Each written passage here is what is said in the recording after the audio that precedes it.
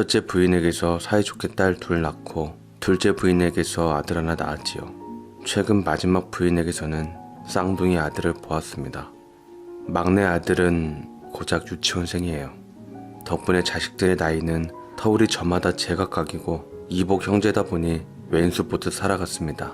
지방 땅 부자였던 저희 부모님 덕분에 갖고 있는 재산이 한가득이라 그걸로 어느 정도 살 기반이 되어서 어려운 것 없이 고생 모르고 잘 살았습니다. 형제간의 우애도 나쁘지 않아서 부모님 살아생전 일찍이 유산 분배를 해주셨는데 아들을 운운하시던 부모님답게 장남인 제가 제일 재산을 많이 받았어요. 여동생들은 찔끔찔끔뿐이 못 받았던 것들, 상황이 어려워지자 제가 통 크게 나서서 제 몫으로 나온 유산을 더 나눠주었습니다. 하지만 부모님들은 마땅히 제가 가져야 한다며 여동생들에게 가는 유산들을 진심 아까워하셨습니다. 아들에게 많은 재산을 물려주었듯 오로지 재산들은 남자만 이어받을 자격이 있다고 여기시는 분들이었죠. 유산을 미천으로 저는 사업을 벌였는데 사업 감각이 있었던 건지 손대는 사업마다 적절한 시기에 성공시켜 수익 보고 빠졌습니다. 저는 돈맛을 알아버려서 젊었을 때는 돈 버는 재미로 살았는데 그러다가 숱한 여자만 만났지 막상 결혼할 생각은 하지 못했습니다. 벌이가 좋으니 주변에서는 여자들을 많이 소개시켜줬고 가만히 있어도 여자들이 따랐습니다. 내노라 하는 이쁘고 지적인 여자들이 투성이었는데도 막상 맘 가는 여자는 없더라고요. 그러다가 지인 소개로 만난 여자와 연애하다가 그만 배가 불러와서 그렇게 결혼하게 되었는데 사실은 결혼 생활 내내 초반부터 삐그덕거리기 시작했습니다. 아내는 착한 것 하나 보고 결혼하기는 했지만 답답하다 못해 미련해서 대화하다가는 제 속이 썩어 문드러질 것만 같았습니다. 워낙 말수도 없고 착하고 배려심이 많아서 조용히 묵묵하게 현모양처 마냥 제 뒷바라지를 해줄 줄 알고 결혼했건만 실상은 완전히 달랐죠. 침착한 것이 아니라 느려 터지고 게으른 것이었고 말이 없었던 것은 주변 사람들이 입만 열면 깨니 그냥 결혼할 때까지 입 다물고 있으라고 조언을 해주었기 때문이었습니다. 본색이 드러나자 지할 말 다 하고 사람 염장 지르는데 천재적이었던지라 저희는 매일 다퉜습니다. 하루는 퇴근하고 왔는데 밥이며 설거지며 집안 청소며 하나도 안 하고 잔뜩 쌓아놨더라고요. 애기는 기저귀가 질펀한 상황에서 누구랑 전화통화를 하는지 깔깔거리면서 뒤로 넘어가는데 이게 한두 번이 아니었던지라 딸아이가 적응하며 얌전히 있어 더 안쓰러웠습니다. 제가 오자마자 아기가 구세주를 만난 듯 울기 시작하더라고요. 아이 놀랄까봐 먼저 기저귀를 갈아주었는데 글쎄 엉덩이에 발진이 일어나서 부르트기 일보 직전이었습니다. 도저히 참을 수 없었던 저는 제가 왔는데도 여전히 전화기를 붙들고 있어 전화기를 뺏어들고 소리쳤습니다. 지금 뭐 하는 거야? 애기 기저귀도 안 갈아주고 우유는 먹였어? 옷에도 애가 토해서 잔뜩 이물질이 묻어있는데 갈아입혀주지도 않고 당신 도대체 집에서 지금 하루 종일 하는 게 뭐야? 내가 밥 안 차려주고 청소 안 하는 것까지는 꾹 눌러 참고 있으려고 했는데 애한테까지 그러는 건 정말 엄마로서 너무하는 거 아니야? 라고 말하자 그냥 멀뚱멀뚱하게 저를 바라보면서 그 상황을 모면하려는 듯한 웃음만 짓더라고요. 알았어요, 알았어. 기저귀 방금 갈아놨는데 그새 또 일 봤나 보네. 오랜만에 친구랑 재미지게 통화해서 시간 가는 줄 몰랐어요. 식사 지금 차려줄 테니까 열 그만 받고 씻고 나와요. 어차피 당신 항상 먼저 씻고 밥 잡수는 사람이잖아요. 밑반찬 있겠다. 찌개만 데우면 돼요. 라고 주섬주섬 몸을 일으켜 그릇들을 내오려 하는데 설거지를 당최 안 하고 있으니 깨끗한 그릇이 있을 리 만무했고 뒤늦게 그릇이 없어서 설거지를 하기 시작했더랬죠. 위생관념도 너무 안 좋아서 저는 먹다 구역질하기 일보 직전이었고 음식 차리는 거나 설거지하는 거 봐서 도저히 안 되겠다 싶어 안 먹겠다고 하고 그냥 씻고 자겠다 했습니다. 그러더니 잘 생각했다며 밤에 먹으면 부대낀다고 애 옷을 대강 갈아입힌 후 안고 재우려 하며 TV를 틀고 깔깔대며 보더라고요. 정말 말이 안 통하고 화가 났습니다. 이혼을 생각하려 했지만 딸 아이가 눈에 밟혀 꾹 참고 살다가 둘째도 보았는데 엄마가 게으른 거란 첫째가 알아서 둘째를 보더라고요. 첫째 나이 고작 4살 아이였는데 태어난 지 얼마 안 되는 동생 기저귀를 간답시고 끙끙거리고 있었습니다. 환장하겠더라고요. 그래도 몇 번이나 어르고 달래어서 꾸역꾸역 10년을 살았는데 더 이상은 인내심의 한계가 느껴졌습니다. 애들 앞에서 제가 크게 화를 냈는데 큰 아이가 동생 눈과 귀를 가리고 있는 모습을 보며 차라리 이런 모습 애들한테 보여주느니 이혼하는 게 낫겠다 생각했습니다. 네, 그래서 위자료 주고 이혼했어요. 애들 둘 다 제가 기르려고 했는데 아이러니하게도 애들은 게으른 지 엄마가 뭐가 좋은지 곧 죽어도 엄마랑 살겠다고 하더라고요. 딸들에게 무슨 세뇌를 시켰는지는 모르겠어요.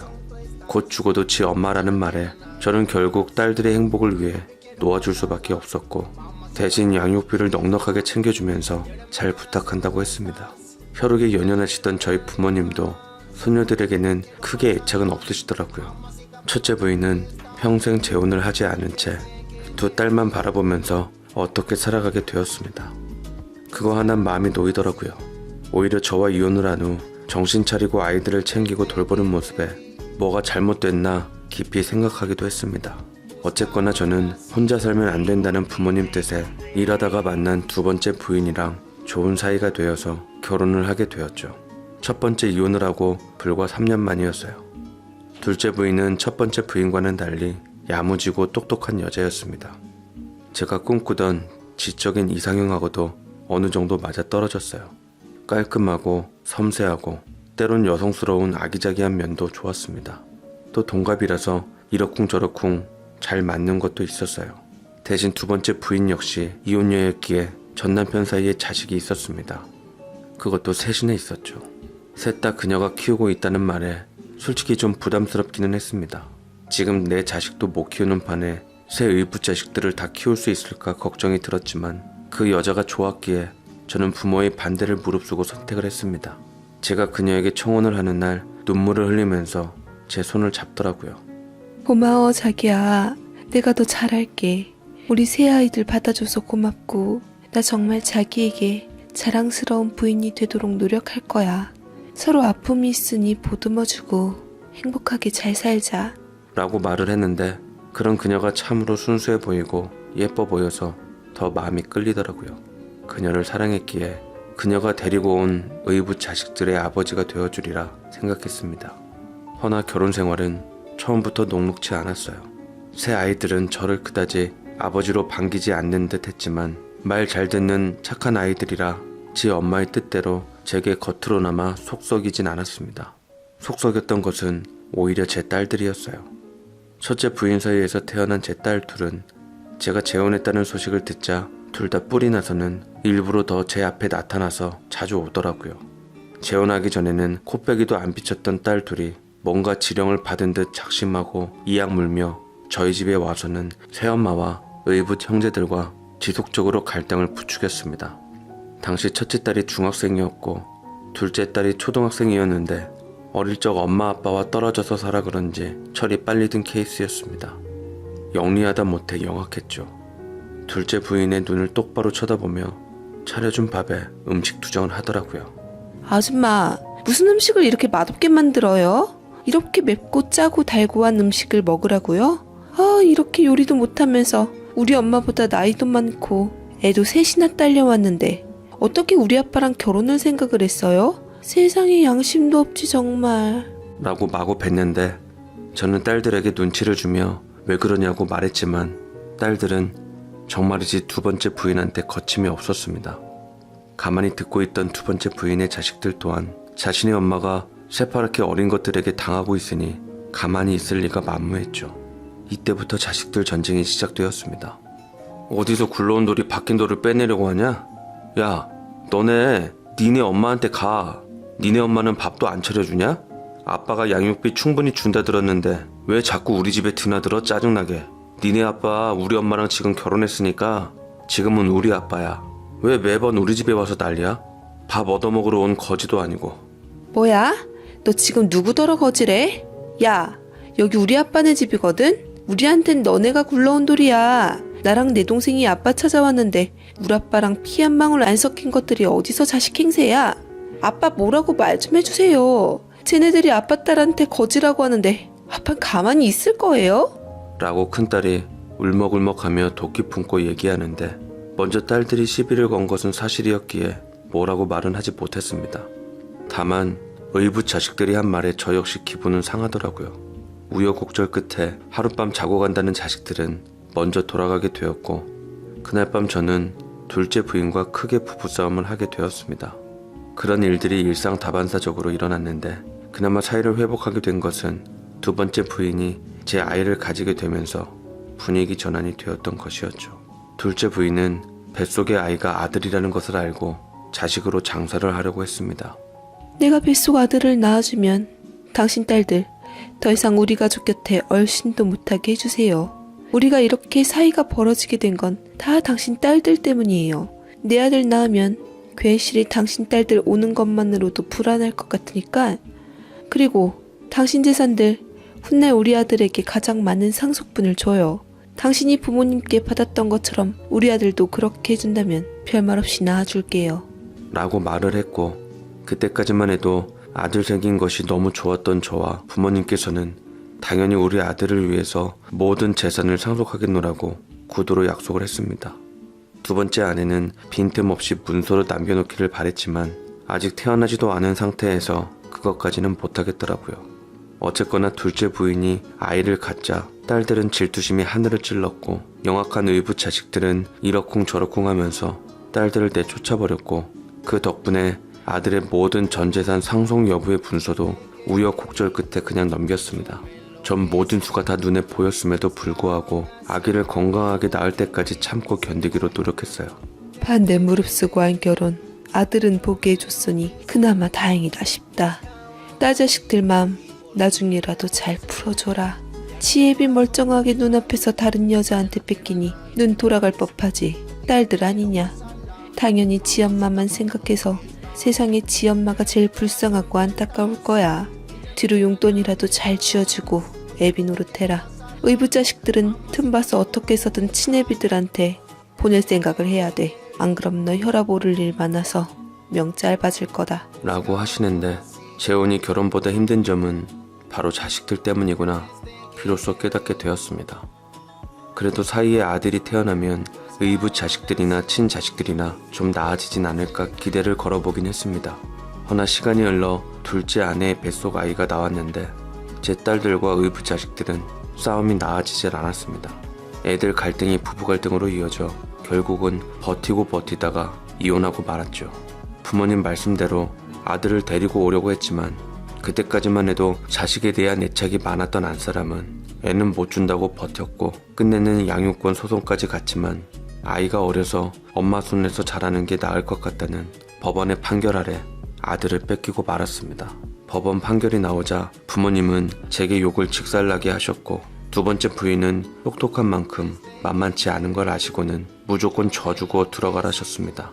첫 번째 결혼과는 달리 모든 재산이 공동명의로 되어 있었고, 제 회사의 아내가 어느 정도 지분이 있었기에 재산 싸움도 제가 득이 될 보장이 없었습니다. 이혼할 때만큼은 미련한 첫째 부인이 훨씬 좋았습니다.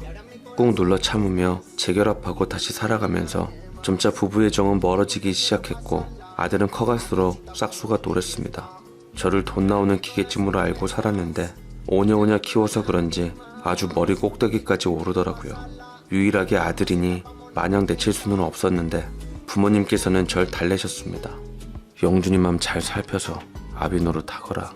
딸년들은 출가 외인이지만 아들은 나중에 제사밥 차려줄 텐데 마음에 안 들더라도 의지해야지 어쩌겠냐. 아니면 어떻게 해서든 수단과 방법을 가리지 않고 아들을 하나 더 낳아오던지 라고 아버지가 제게 으름장을 놓듯 말씀하시는데, 아들 낳은 것 빼고는 둘째 며느리를 참으로 마음에 들지 않던 아버지였죠. 당시 사업이 위기를 맞아 두 번째 부인과 잠시 별거 중인 상황이었습니다. 아들은 저와 시간이 갈수록 사이가 벌어지기 시작했습니다. 나중에 두 번째 부인이 저와 아들 사이를 잔뜩 이간질한 걸 알고 난 후 감정이 좋지 않아 풀려고 했지만 이미 머리 굵어질 대로 굵은 녀석이었던지라 회복이 쉽지가 않았습니다. 후에 저희가 이혼을 했을 때 두 번째 아내는 새 남편이 아들을 부담스러워한다는 이유로 아들 위치에 대한 유산 상속에 대한 것을 대강 합의하고 나서야 소원대로 제게 맡겨주었지만, 아들은 제 곁에 있으면서도 지 애미밖에는 몰랐습니다.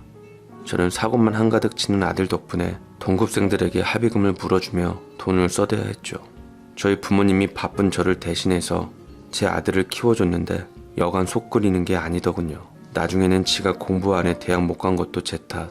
지 엄마가 지 버리고 다른 남자와 재혼한 것도 제 탓. 안 좋은 것은 다 제 탓이었습니다. 참 속상하더라고요. 시간이 지나면 삐뚤게 큰 아들이 철이 들을까 싶었지만 그런 날은 살아생전 보기 힘들 것 같았습니다. 어머니는 훗날 제 아들이 이렇게 될 줄 알았던지 키우면서도 크게 실망하시고는 아들 중학교 때쯤 기왕지사 이렇게 된 거 2번 결혼했는데 3번 결혼 못하겠냐고, 돈 많은 거 뒀다 뭐하냐고, 어디서든 맘 맞는 젊은 아가씨 하나 데려와서 결혼하라고 하는데 목적은 단 한 가지, 제사밥 차려줄 제대로 된 아들을 얻는 것이었습니다. 됐어요. 전 결혼 안 해요. 2번 결혼했으면 됐어요. 자식들도 셋 받겠다. 그냥 일하면서 제 인생에 집중하면서 살려고요. 허튼 소리 하지 말고 잠자코 세장가나 가. 떡두꺼비 같은 아들 하나 낳아야 한다. 영준이 보니 제사밥 얻어먹긴 글렀더라. 2번째 애미가 판단을 잘한 게지. 저 녀석은 글렀어. 사람 구실 못하는 영준이 네 옆에 남겨둔 거 보면 모르겠냐? 다 짝은 있는 법이여. 아직 나이 창창할 때 여러 사람 만나봐서 맘에 드는 여자랑 결혼해 100년 해로 해라. 그게 애미애비 소원이야. 라고 말씀하셨지만 더 이상 제 인생에 결혼은 없을 거라 다짐했습니다. 저는 결혼의 대일대로 되었던지라 일만 하고 살았습니다. 가끔 연애할 기회도 있어서 여자를 만나기는 했지만 애초부터 결혼의 가능성을 막아두고 만나니 그 선에서 항상 마무리 짓고 끝나기가 일쑤였습니다. 그리고 몇 년이 지난 어느 날 저는 제 회사에서 일하는 아르바이트생과 운명적인 만남을 갖게 되었습니다. 20대 취업 준비생이었는데 성실하고 참 착한 여자였습니다. 당시 제가 50대였는데 그녀는 30대였던 제 친딸보다도 어렸습니다. 일적으로 오다 가다 만나게 되었고 이상하게 가는 곳마다 발길을 닿는 곳에 그녀가 있는데 신기하리만큼 만남의 우연이 잦았습니다. 언제 한 번은 거래처 사람들과 회식 자리로 인해서 비틀거리며 몸을 못 가누고 있는데 그녀가 저를 발견하고서는 제 핸드폰으로 지인들에게 연락해 주소를 알아낸 뒤 택시에 태워줬고 직원 전체 회식 때는 꼭 제 시선 근처에 머물거나 제 옆자리에 앉을 때도 종종 있었습니다. 하며 옆자리에서 고기 익은 거나 잔이 비우면 바로바로 채워줬는데 누가 봐도 제게 알랑거리는 게 보였더랬죠. 알바생으로 들어왔으니 혹여나 정직원 채용을 바라나 싶어